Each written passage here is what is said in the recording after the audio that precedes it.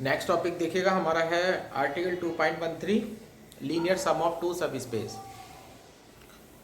सब स्पेस हम पढ़ चुके हैं और लीनियर कॉम्बिनेशन हमारा हो चुका है। अब linear sum of two sub space आ रहा है। आपके पास दो सब स्पेस हैं, एक मान लीजिएगा एक का नाम V1 है और एक का नाम V2 है।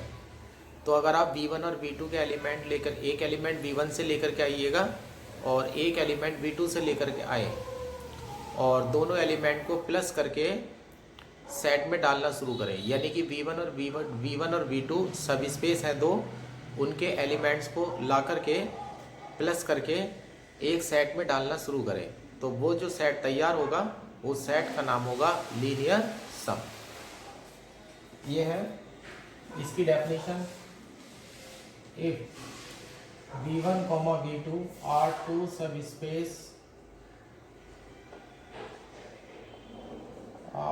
subspace of Vn, then their linear sum is defined as V1 plus V2। Set का नाम है और एलिमेंट होंगे V1 plus V2 such that V1 belongs to V1, V2 belongs to V2। यानी कि जो सेट का नाम पड़ेगा वो कैपिटल V1 प्लस V2 करके डाल दो और जो एलिमेंट्स हैं वो small V1 plus small V2 कह दो, और स्मॉल V1 जो है वो कैपिटल V1 से आया है और स्मॉल V2 जो है वो कैपिटल V2 से आया है। यानी कि दो सब स्पेस के एलिमेंट्स का सम जिस सेट में रहता है उस सेट का नाम होता है लीनियर सम। अब इसके ऊपर थ्योरम है हमारी, थ्योरम 1 में है if V1, V2 are two subspace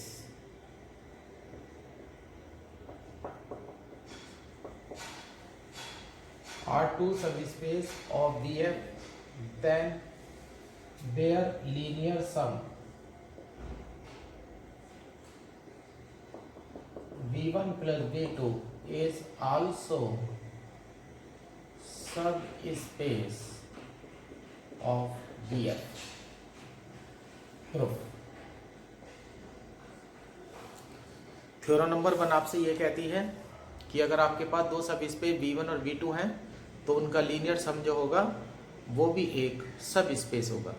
सब स्पेस तो हम पढ़ते ही आ रहे हैं, V1 प्लस V2 से दो एलिमेंट लेकर के आएंगे और दो फील्ड के एलिमेंट लेकर के आएंगे A और B करके, और A alpha plus B beta का जब रूप बनाएंगे और वो V1 प्लस V2 को बिलोंग्स कर जाएगा तो हम कह देंगे कि V1 प्लस V2 जो है वो भी Vf का एक सब स्पेस है। अब एलिमेंट लेने चलते हैं इसके। अब एलिमेंट हमें V1 प्लस V2 का लेना है। डेफिनेशन ये कहती है कि V1 प्लस V2 का एलिमेंट अगर लेना है तो आपके पास पहला एलिमेंट कैपिटल V1 से आना चाहिए, दूसरा एलिमेंट जो है कैपिटल V2 से आना चाहिए। अब ऐसे ले लेते हैं,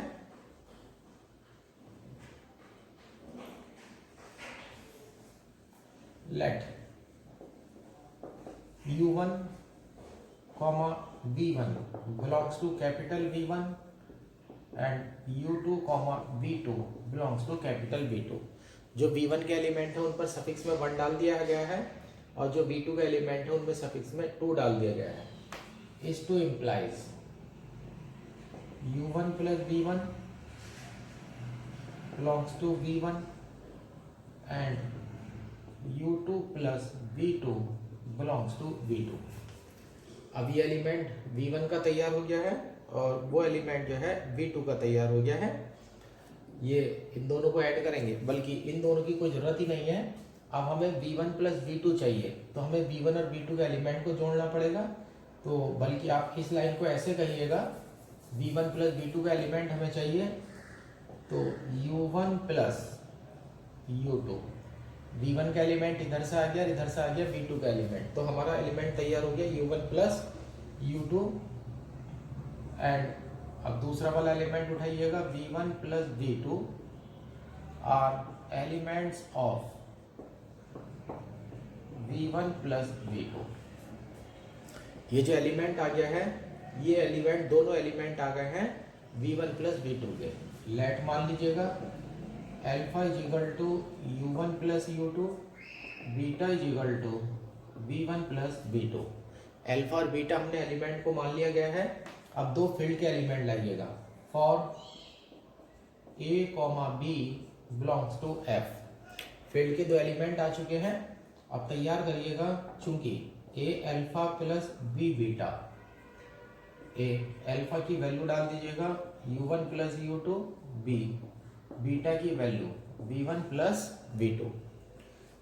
अब कॉम्बिनेशन तैयार करिएगा, 1 का कॉम्बिनेशन अलग और 2 का कॉम्बिनेशन अलग। तो एक आ जाता है A U1 plus B V1 plus दूसरा आ जाता है A U2 plus B B2। अब यहाँ पर जो है ये एलिमेंट V1 का बनेगा, क्योंकि U1 और V1 से आए हैं और V1 सब स्पेस है। ऐसी A U2 plus B V2 जो एलिमेंट बनेगा वो V2 का बनेगा, क्योंकि V2 सब स्पेस है। अब ये हो जाता है, यहाँ लिख देते हैं belongs to V1 plus V2। ये एलिमेंट V1 प्लस V2 का बन गया है। अब इसका रीजन भी लिख देते हैं, सिंस V1, V2 आर सब space of BF, then A U1 plus B U2 comma ये बिलोंग्स टू V1 हो जाएगा और A U2 plus B V2 belongs to V2 हो जाएगा, क्योंकि V1 भी सब स्पेस है और आपका V2 भी सब स्पेस है। तो पहला एलिमेंट V1 को बिलोंग्स करेगा, दूसरा एलिमेंट V2 को बिलोंग्स करेगा। इस कारण से जो आपका एलिमेंट होगा वो V1 प्लस V2 को बिलोंग्स करता है। So A alpha plus B beta belongs to V1 plus V2। Definition complete हो चुकी है। V1 plus V2 is sub space of BF। ये 2018 की आई हुई थ्योरम थी और थ्योरम जो है हमारी कंप्लीट हो चुकी है। अब थ्योरम नंबर 2 पर आते हैं।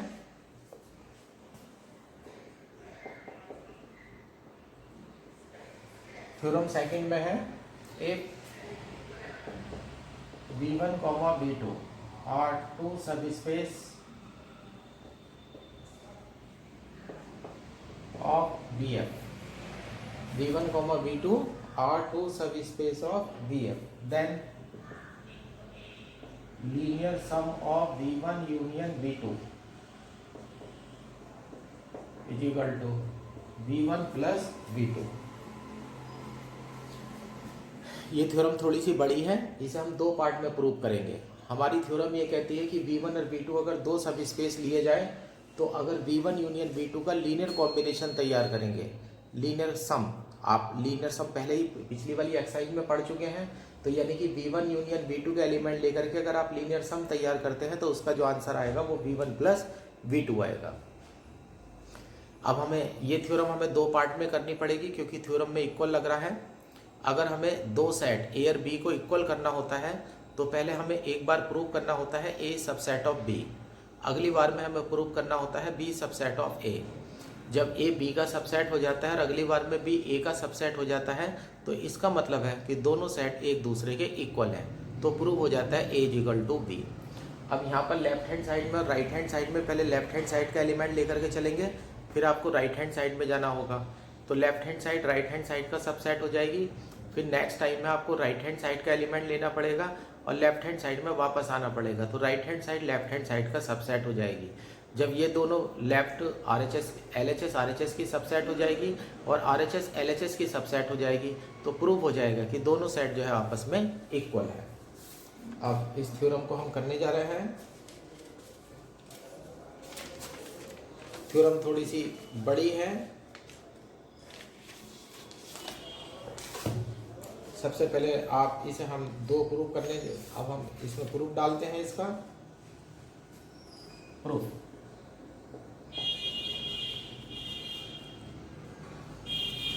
सबसे पहले अब हम इसे सब स्पेस होना चाहिए। सबसे पहले आप पहली वाली जो थ्योरम है, जो थ्योरम नंबर 1 है, इसमें आपकी ये मदद करेगी। जो आपने V1 प्लस V2 लिया है वो आप जो है कह सकते हैं थ्योरम नंबर 1 के अकॉर्डिंग कि V1 प्लस V2 जो होता है वो सब स्पेस होता है। तो इसमें सबसे पहले हम ये प्रूव करेंगे, सबसे पहले ये प्रूव करने जा रहे हैं कि V1 यूनियन V2 जो होगा वो V1 प्लस V2 का सबसेट होगा। यानी कि सबसे पहले हम V1 यूनियन V2 को लेने जा रहे हैं। Firstly we prove that V1 union V2 subset of V1 plus V2। सबसे पहले आप सिद्ध करने जा रहे हैं कि V1 यूनियन V2 जो होगा वो V1 प्लस V2 का सबसेट होगा।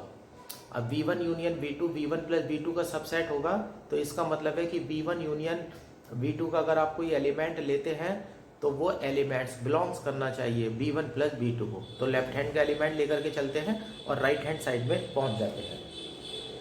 लिख लेते हैं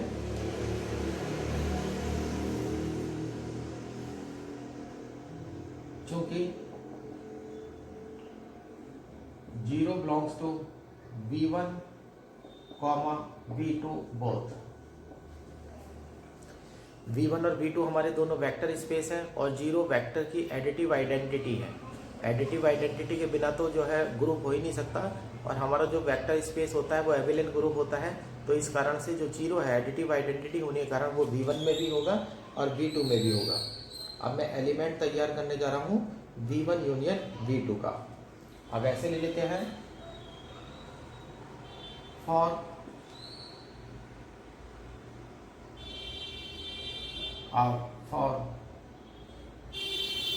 एक एलिमेंट लेने जाता हूं मैं, सपोज कर लीजिएगा α1। For α1 belongs to V1। α1 मैंने जो है V1 का एलिमेंट ले लिया है, इधर से मैं V1 का एलिमेंट लाया हूं, इधर से V2 में 0 का लाता हूं, comma 0 belongs to V2 is to implies. अब α1 को मैं लिख सकता हूं α1 प्लस 0। अब α1 को मैं α1 प्लस 0 रख सकता हूँ, और α1 एलिमेंट है V1 का और 0 एलिमेंट है V2 का, दोनों का हम सम तैयार कर रहे हैं।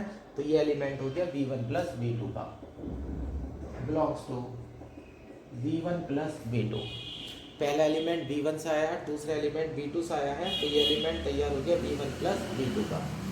अब अल्फा V1 का एलिमेंट था और देखिएगा कहाँ पहुँच गया अल्फा V1 प्लस V2 में।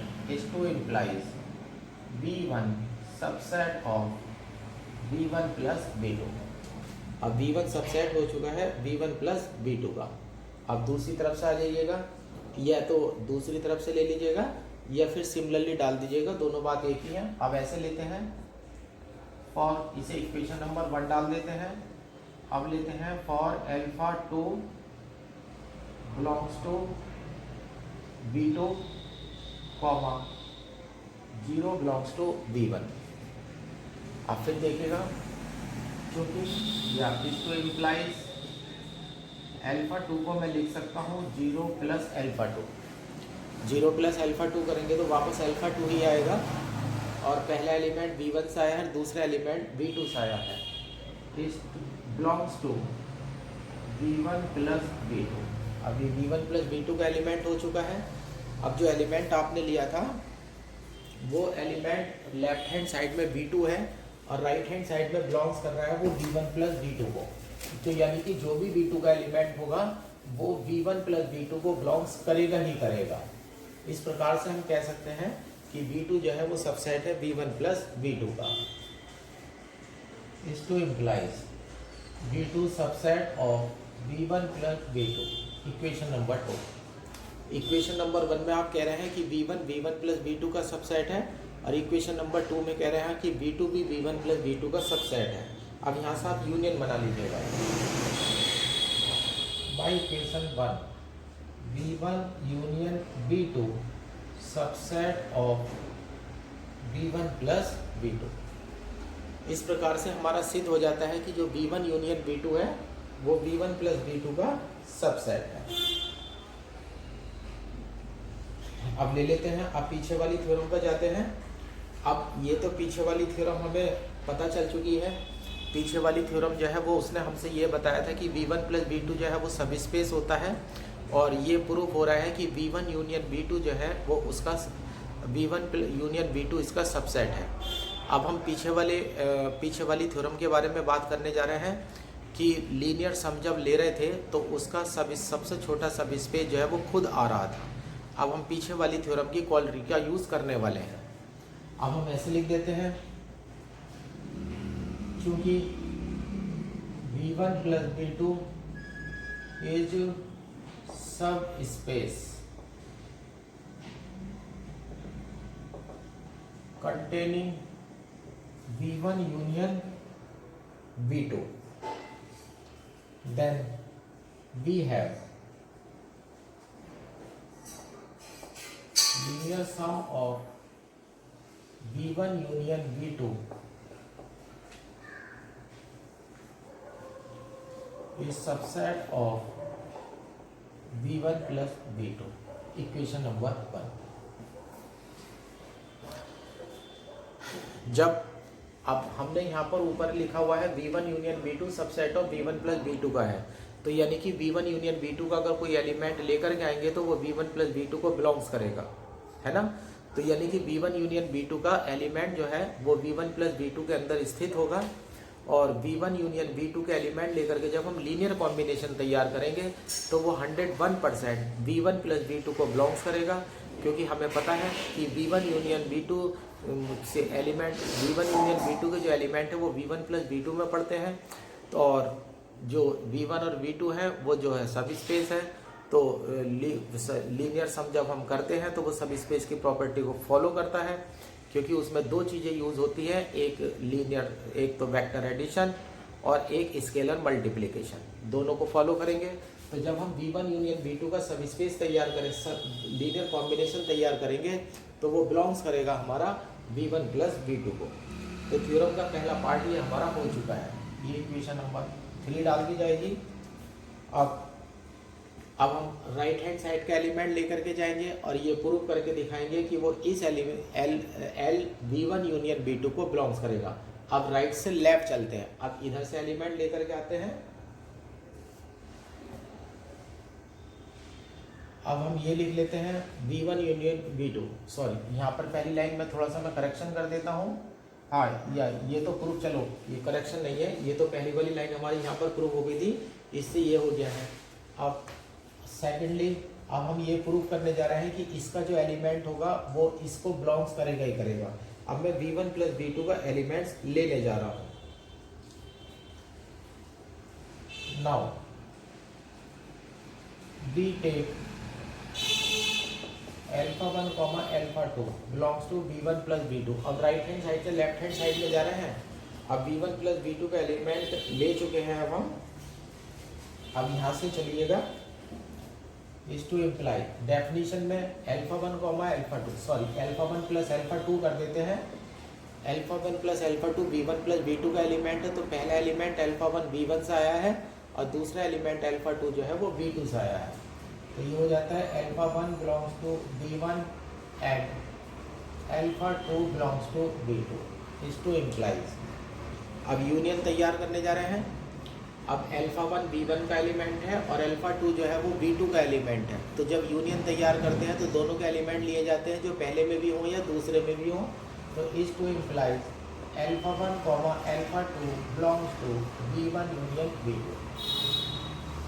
अब मेरे पास α1 और α2 दो एलिमेंट आ चुके हैं जो V1 यूनियन V2 के हैं।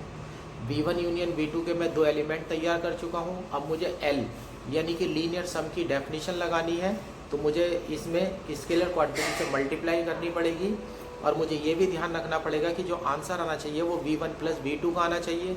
और हमें पता है कि 1 जो है मल्टीप्लिकेटिव आइडेंटिटी होती है, जो सेट के अंदर वेक्टर स्पेस के अंदर उपस्थित होती है, और 1 की मल्टीप्लाई करने से कोई फर्क नहीं पड़ता है। अब लीनियर सम बनाने वाले हैं। लीनियर सम बनाने के लिए फील्ड के एलिमेंट से मल्टीप्लाई करनी होती है, तो अब मैं फील्ड का एलिमेंट यहाँ पर 1 लेने वाला हूँ।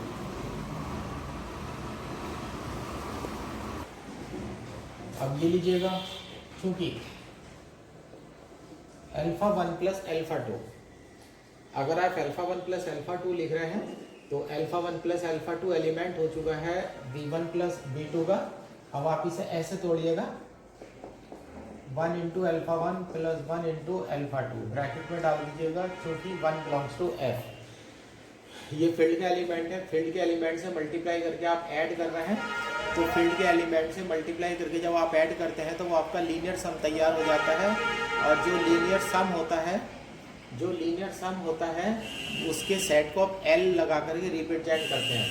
अल्फा 1 अल्फा 2 एलिमेंट आया था V1 यूनियन V2 का, इसको implies alpha 1 plus alpha 2 equal to में लिख देते हैं linear sum of elements of V1 union V2। अब ये V1 यूनियन V2 के एलिमेंट का लीनियर सम हो चुका है, तो इस to implies alpha 1 plus alpha 2 belongs to V1 union V2। अब अल्फा 1 प्लस अल्फा 2 जो एलिमेंट आया था वो V1 प्लस V2 का आया था, और वो प्रूव हो चुका है कि वो V1 यूनियन V2 में रहता है। तो यानी कि V1 प्लस V2 सबसेट हो गया V1 यूनियन V2 का। इस to implies V1 plus V2 subset of V1 union V2। Equation number 4।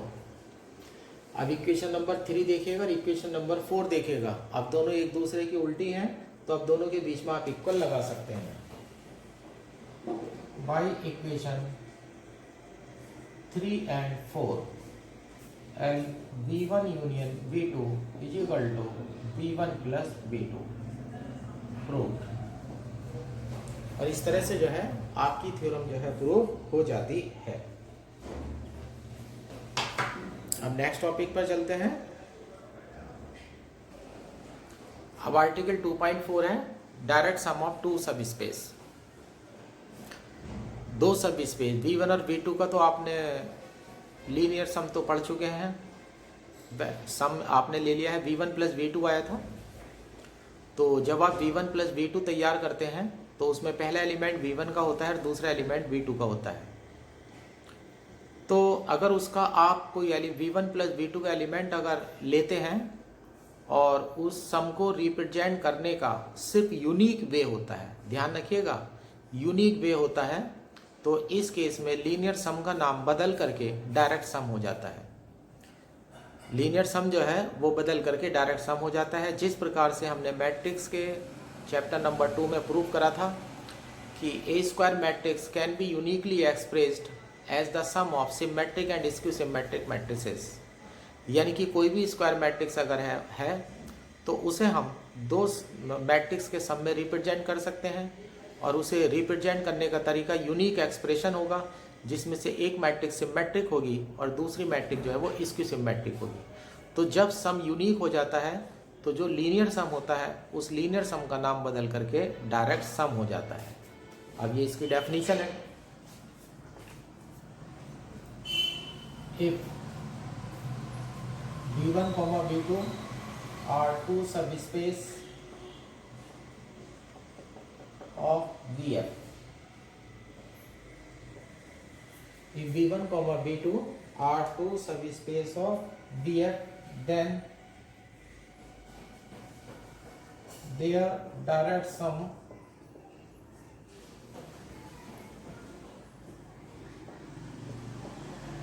is defined as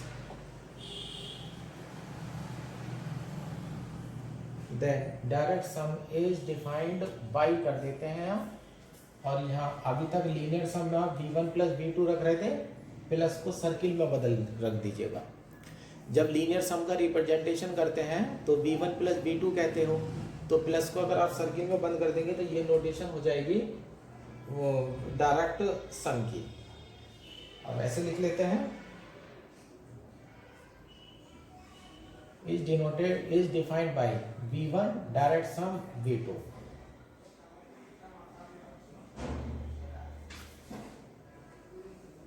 If for every अब मैंने कोई एलिमेंट ले लिया है, V belongs to V1 direct sum V2 can be uniquely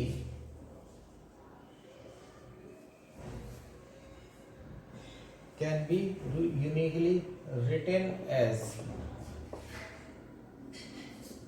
V is equal to V1 plus V2, we have V1 belongs to capital V1 and V2 belongs to capital V2. तो linear सम ही direct sum बन जाता है, यानी कि जो direct sum होगा वो linear सम 101% होगा। लेकिन डायरेक्ट सम में लीनियर सम के साथ एक प्रॉपर्टी और डालनी पड़ती है कि जो प्लस करके आप एलिमेंट बना रहे हैं उसका जो रिप्रेजेंटेशन होना चाहिए वो यूनिक होना चाहिए, यानी कि किसी भी एलिमेंट को डायरेक्ट सम के सेट से जो सेट तैयार हो रहा है उसमें कोई भी एलिमेंट अगर आप लेने जाते हैं तो वो V1 और V2 के योग से प्राप्त होना चाहिए, लेकिन वो जो सम होना चाहिए वो आपका यूनिक होना चाहिए। उस सम को आप दो तरह से रिप्रेजेंट नहीं कर सकते हैं। अब इसमें ऐसे ले लेते हैं, ये थ्योरम है। इसके बाद the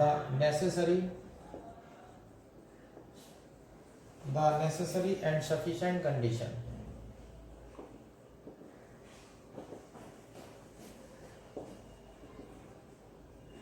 the necessary and sufficient condition for a vector space VF, for a vector space VF to be direct sum of its subspace W1 and W2 are that B is equal to W1 direct sum of W2, or first point B is equal to W1 plus W2, और second W1 intersection W2 is equal to 0। Set में 0 है सिर्फ, यानी कि अब हमसे कहा गया है कि हमारे पास एक वेक्टर सब स्पेस VF है। उस वेक्टर सब स्पेस VF को हम कह रहे हैं कि वो डायरेक्ट सम होगा अपने दो सब स्पेस W1 और W2 का, डायरेक्ट सम होगा W1 और W2 का। अब हम ये कह रहे हैं the necessary and sufficient condition for a vector space VF to be direct sum of its sub space W1 and W2, यानी कि जो वेक्टर स्पेस होता है वो अपने दो सब स्पेस का डायरेक्ट सम हो सकता है, लेकिन उसके लिए कंडीशन होती है पहली part B is equal to W1 plus W2 होना चाहिए, यानी कि लीनियर सम की डेफिनेशन फॉलो होनी चाहिए। W1 के एलिमेंट लीजिएगा, W2 के एलिमेंट लेकर के अगर जब आप प्लस करेंगे तो आपको B के एलिमेंट मिल जाने चाहिए। और सेकंड प्रॉपर्टी है कि W1 intersection W2 is equal to 0, तो यानी कि W1 और W2 का जब इंटरसेक्शन लेंगे तो उसमें 0 आएगा, यानी कि 0 ही एकमात्र एलिमेंट ऐसा होगा जो W1 में भी उपस्थित होगा, W2 में भी उपस्थित होगा, यानी कि the only element which is additive identity 0 belongs to W1 and W2 both. यानी कि आप इस बात को ऐसे कह सकते हैं कि जब हमें डायरेक्ट सम किसी को डायरेक्ट सम प्रूव करना होता है तो हमें इन दोनों पॉइंट का प्रयोग करना है, यानी कि पहले तो आप ये दिखा दीजिएगा कि वो लीनियर सम को फॉलो करते हैं, फिर ये आप दिखा दीजिएगा कि दोनों के में एक ही एलिमेंट 0 हो सकता है जो दोनों में उपस्थित है। अगर ये दोनों प्रॉपर्टी का पालन हो जाता है तो आप कह सकते हैं कि ये डायरेक्ट सम है। अब इस थ्योरम को हम प्रूव करने जा रहे हैं। थ्योरम थोड़ी सी बड़ी है, नेसेसरी भी आया है और सफिशिएंट कंडीशन भी आई है। नेसेसरी और सफिशिएंट कंडीशन जब आई है तो थ्योरम हमें दो बार करनी पड़ेगी, एक बार नेसेसरी कंडीशन के लिए और एक बार सफिशिएंट कंडीशन के लिए। प्रूफ हेडिंग बना लेते हैं, नेसेसरी कंडीशन। नेसेसरी कंडीशन में हमें दोनों प्रॉपर्टी प्रूव करके दिखानी है और हम डायरेक्ट सम ले लेते हैं। Let B equal to W1 direct sum W2। अब जो है B को हम डायरेक्ट सम ले लीजिएगा W1 और W2 का। अब हम इसमें डेफिनेशन फॉलो करने जा रहे हैं। By definition B belongs to capital B। अब डेफिनेशन देख लीजिएगा, B1 प्लस B2 में बोला था जबकि V1 से आया था कि स्मॉल v2 जो है वो कैपिटल V2 से आया था। यहाँ पर उनके नाम बदल करके W1 और W2 हो गए हैं। By definition V belongs to V, comma small v equal to, आप ऐसे कह दीजिएगा, अब W से रिप्रेजेंटेशन दे देता हूँ, W1 plus W2 is unique as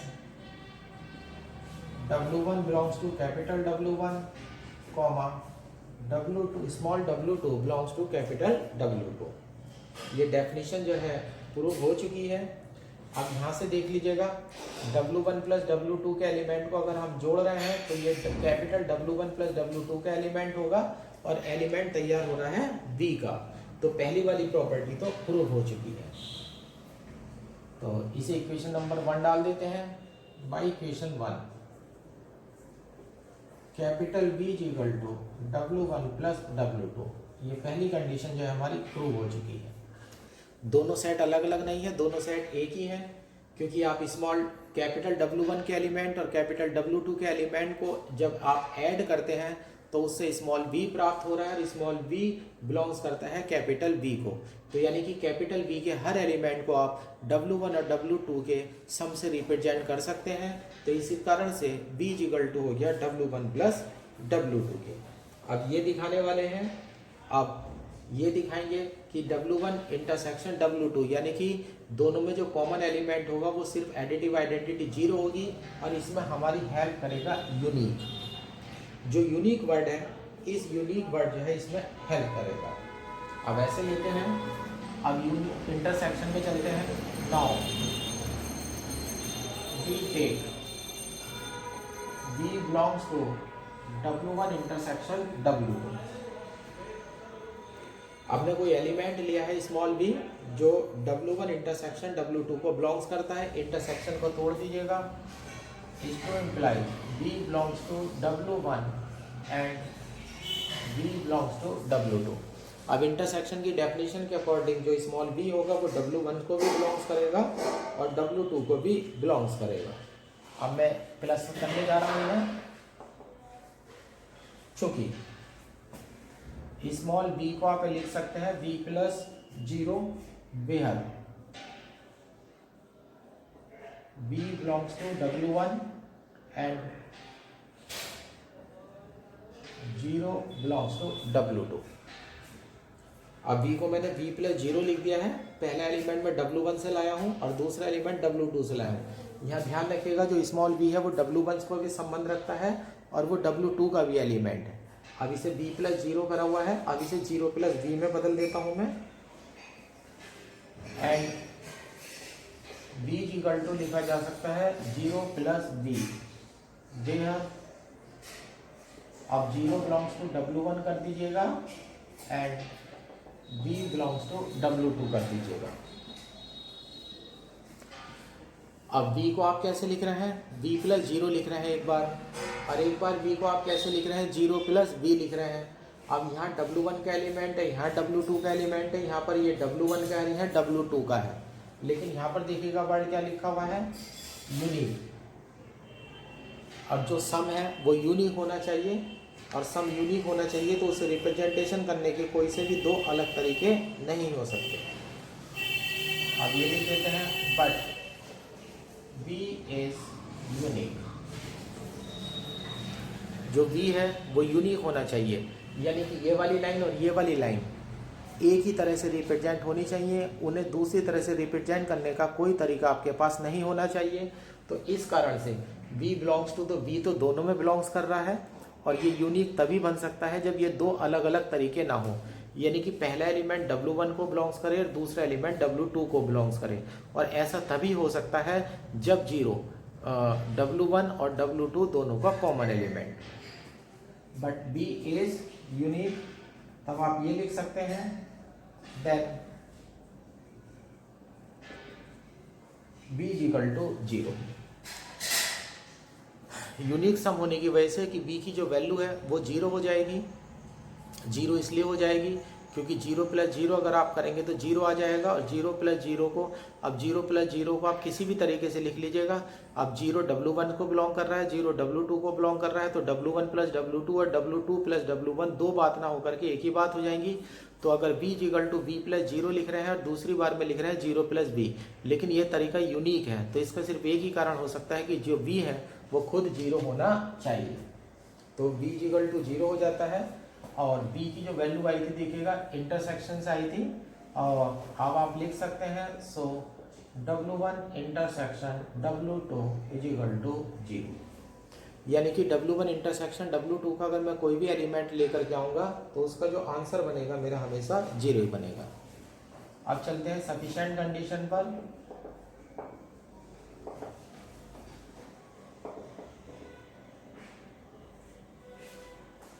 अब सफिशिएंट कंडीशन पर आ जाते हैं।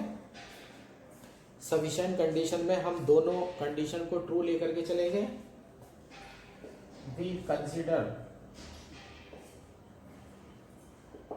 First point V = W1 + W2, second point W1 intersection W2 = set having 0 only. दोनों कंडीशन को हमने प्रूव कर दिया है। अब दोनों कंडीशन हमें प्रूव कर चुके हैं, अब हमें डायरेक्ट सम प्रूव करना है। तो डायरेक्ट सम के लिए हमें दो चीज़ें दिखानी पड़ेगी, एक तो लीनियर सम होना चाहिए, और दूसरा ये होना चाहिए कि जो यूनिक वे होना चाहिए प्लस करने का तरीका यूनिक होना चाहिए। अब ऐसे ले लेते हैं, एक हिस्सा तो बहुत छोटा हो जाएगा। By first condition small b belongs to capital B is to implies B = W1 + W2 where W1 belongs to W1, W2 belongs to capital W2। जो पहली वाली कंडीशन है वो ये कह रही है कि W1 और W2 के एलिमेंट को जोड़ करके B का एलिमेंट प्राप्त होगा। तो हमने कह दिया है कि B अगर B को बिलोंग्स करता है तो B = लिखा जा सकता है W1 + W2 के, और W1 आएगा कैपिटल W1 से और स्मॉल W2 आएगा कैपिटल W2 से। अब हम ये सिद्ध करके दिखाएंगे कि जो सम है वो यूनिक है। Now we will represent that B = W1 + W2 is unique। अब हम सिद्ध करके दिखाएंगे कि स्मॉल b = जो स्मॉल W1 + W2 है वो एक यूनिक एक्सप्रेशन है। यूनिक एक्सप्रेशन है तो हम ये थोड़ी देर के लिए मान लेंगे कि ये यूनिक नहीं है। हम b को दो तरीके से खोल करके दिखाएंगे। अगर b दो तरीके से खुल जाएगा तो उसमें हमारी सेकंड वाली प्रॉपर्टी मदद करेगी, और सिद्ध हो जाएगा कि वो दो तरीके नहीं थे, वो एक ही तरीका था। अब ऐसे मान लेते हैं, if possible b = W1 + W2 where small W1 belongs to capital W1 और small W2 belongs to capital W2। अब हमने देखे रिप्रेजेंटेशन लिया है, यदि संभव हुआ हमने माना कि B = W1 + W' + W2 के है, और W1 कैपिटल W1 से आया है, W2 कैपिटल W2 से आया है। तो यानी कि जो स्मॉल b है, पहले हमने स्मॉल W1 + W2 से रिप्रेजेंट करा, अगली बार हमने स्मॉल b को W1 + W2 से रिप्रेजेंट करा। तो यानी कि हमने b के एक एलिमेंट को सम करने के दो तरीके दिखा दिए। अब हम दिखाने वाले हैं कि ये दो अलग अलग तरीके नहीं है, ये एक ही तरीका है, और ऐसा तब होगा जब W1 = W1 के हो जाएगा और W2 बराबर हो जाएगा W2 के। अब जो है दोनों वैल्यू तो एक ही है, b की दोनों वैल्यू को इक्वल कर देते हैं। अब हम Now W1 + W2 = W1 + W2। अब W1 + W2 हो चुका है W1 + W2। कैपिटल W1 के एलिमेंट लेफ्ट हैंड साइड में लाइएगा और कैपिटल W2 के एलिमेंट राइट हैंड साइड में ले जाइएगा। यहाँ से हो जाता है इसको imply W1 - W1 W2 minus W2।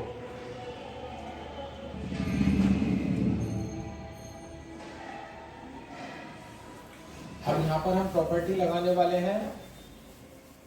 अब यहाँ पर सब स्पेस की प्रॉपर्टी लगने वाली है।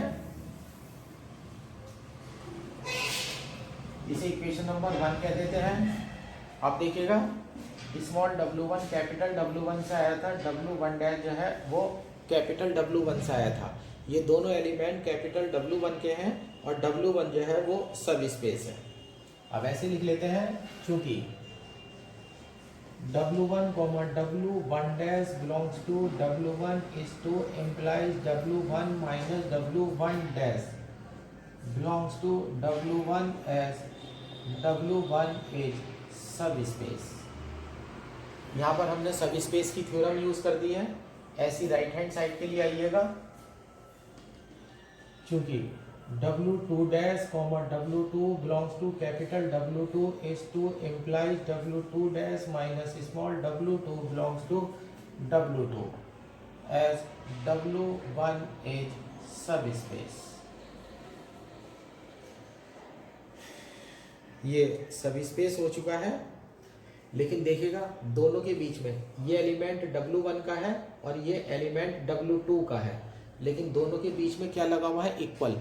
तो ये दोनों एलिमेंट दो एलिमेंट नहीं है, ये सिर्फ एक ही एलिमेंट है। तो ये लेफ्ट हैंड को बिलोंग्स करता है, ये लेफ्ट हैंड साइड W1 को बिलोंग्स करती है और राइट हैंड साइड W2 के बिलोंग्स करती है और बीच में लगा हुआ है इक्वल। तो यानी कि जो W1 का एलिमेंट है वही W2 का है, जो W2 का है वही W1 का है। तो ये एलिमेंट आपका इंटरसेक्शन में चला जाएगा। अब आप ये कह सकते हैं by equation 1 W1 dash W1 minus W1 dash comma W2 dash minus W2 belongs to W1 intersection W2। ध्यान रखिएगा इस लाइन पर left hand side capital W1 को बिलोंग्स कर रही है, right hand side capital W2 को बिलोंग्स कर रही है, दोनों के बीच में इक्वल लगा हुआ है। तो जब मैं इंटरसेक्शन लेने जाऊंगा तो ये एलिमेंट भी होगा और ये एलिमेंट भी होगा। अब यहाँ देख लीजिएगा सेकंड कंडीशन में, सेकंड कंडीशन उठा लीजिएगा by second condition. Second condition हमसे कहती है कि इंटरसेक्शन में एक एलिमेंट ओनली 0 होगा। तो ये भी 0 होना चाहिए, ये भी 0 होना चाहिए। W1 minus W1 dash is equal to 0, W2 dash minus W2 is equal to 0। इस to implies W1 is equal to W1 dash और W2 is equal to W2 dash. इस टू इम्प्लाइज, अब यहाँ से देख लीजिएगा V is equal to W1 plus W2 equation 1 मान लेता हूँ इसे मैं। यहाँ V इज इक्वल टू, यहाँ 1 तो पहले हो गई है, अब इससे चलो नंबर नहीं बदलते हैं। अब यहाँ V को आपने दो तरीके से लिखा था, एक बार W1 प्लस W2 और दूसरी बार आपने लिखा था W1 dash plus W2 dash लिखा था। और जबकि देखिएगा ये बराबर आ चुके हैं, ये भी बराबर आ चुके हैं। तो यानी कि ये वाला रिप्रेजेंटेशन और ये वाला रिप्रेजेंटेशन जो सम का है, ये दो रिप्रेजेंटेशन नहीं है, ये एक ही तरीका है, बस आपने नोटेशन बदल दी है। तो नोटेशन अगर बदली भी तो प्रूव हो चुका है कि W1 और W1 डैश बराबर है और W2 और W2 डैश बराबर है। अब यहाँ से आप लिख सकते हैं इस to implies V equal to W1 plus W2 is unique. अब इस प्रकार से आपकी डेफिनेशन प्रूव हो जाती है। पहले आपने प्रूव करा कंडीशन में कि जो है ये प्लस करके आ रहा है, प्लस करके एलिमेंट तैयार हो रहे हैं, यानी कि कैपिटल W1 और कैपिटल W2 के लीनियर सम से कैपिटल V प्राप्त हो रहा है और वो सम करने का तरीका आपका यूनिक है। तो डायरेक्ट सम की डेफिनेशन कंप्लीट हो चुकी है। This implies V is direct sum of W1 and W2। इस प्रकार से सिद्ध हो जाता है कि V जो है वो W1 और W2 का डायरेक्ट सम है। क्योंकि डायरेक्ट सम में दो ही डेफिनेशन होती हैं, एक डेफिनेशन होती है कि वो सम होना चाहिए, लीनियर सम होना चाहिए, और दूसरी डेफिनेशन का पार्ट होता है कि जो लीनियर सम है वो यूनिक एक्सप्रेशन होना चाहिए। और इस प्रकार से हमारी थ्योरम प्रूव हो जाती है।